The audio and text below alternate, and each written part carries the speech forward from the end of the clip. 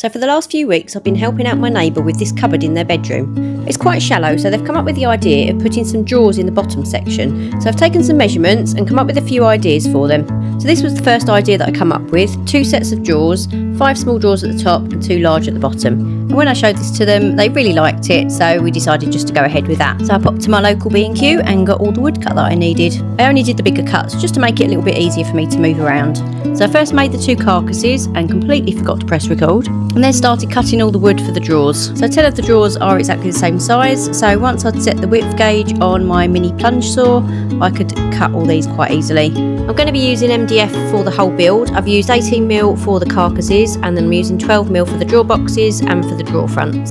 So once I cut all my pieces, I did a bit of a dry fit just to make sure everything was fitting properly.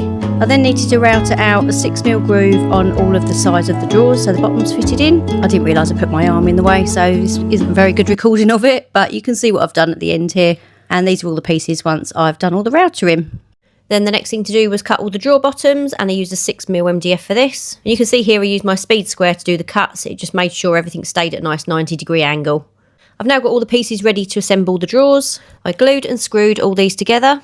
I used some corner clamps just to keep everything in place, and I made sure I pre-drilled all the holes so I didn't split any of the wood. I also countersunk all the screw heads just to make everything nice and flush. So to make it easier, I had all my tools to hand just to make sure I didn't have to change any drill bits as I was going. It took a fair bit of time, but once it was done, it was quite satisfying to see a nice big pile of drawers. Hee.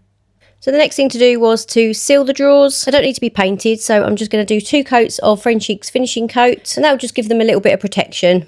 So once that was all dry, I went ahead and fixed on all the drawer runners to the bottoms of the drawers. I fixed 2 screws into the sides of the runners, and then with the larger drawers I just fixed an extra one on the bottom just to give it a little bit of extra strength, because these bottom drawers are a little bit heavier.